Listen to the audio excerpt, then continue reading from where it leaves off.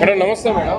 నమస్తే. మేడం ఒకవైపు చూసుకుంటే ఒక ఎల్లో మీడియాలో వస్తున్న ప్రకటన ఏంటంటే వైఎస్ షర్మిల గారికి టచ్లో కొంతమంది వైఎస్ఆర్సీపీ ఎమ్మెల్యే టచ్లో ఉన్నారు. వైఎస్ షర్మిల గారు ఆంధ్రాలో కాంగ్రెస్ తరఫున పోటీ చేయబోతున్నారు. ఏంటి మేడం అసలు ఏం జరగబోతుంది?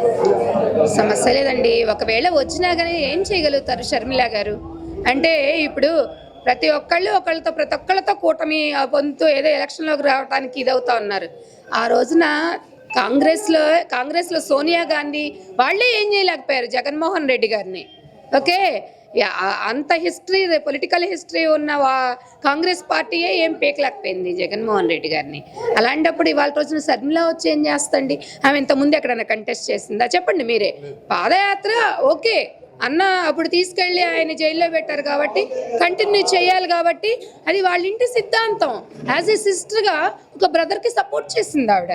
అంతేగాని ఆవిడ ఏదన్నా ఇక్కడికి వచ్చి కంటెస్ట్ చేసిందా? మొన్న ఏదో పాదయాత్రలు అంది, ఇయ్యంది పార్టీ పెట్టానంది, మళ్ళీ దాన్ని క్లోజ్ చేసేసింది.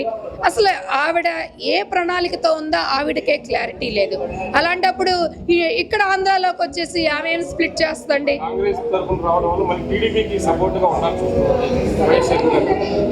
సపోర్ట్ అయితే ఆవిడ ఇస్తారని నేను అనుకోవట్లా. ఒకవేళ ఇచ్చినా కూడా ఇక్కడ వచ్చే పెద్ద ప్రాబ్లం అయితే ఏం లేదు.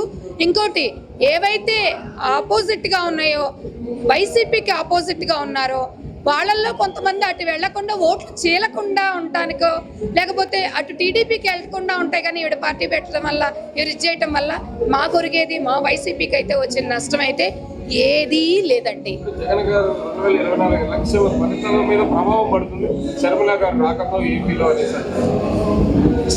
2024 ఎలక్షన్స్లో ప్రభావం పట్టడం ఏంటంటే అది సమస్య లేదు.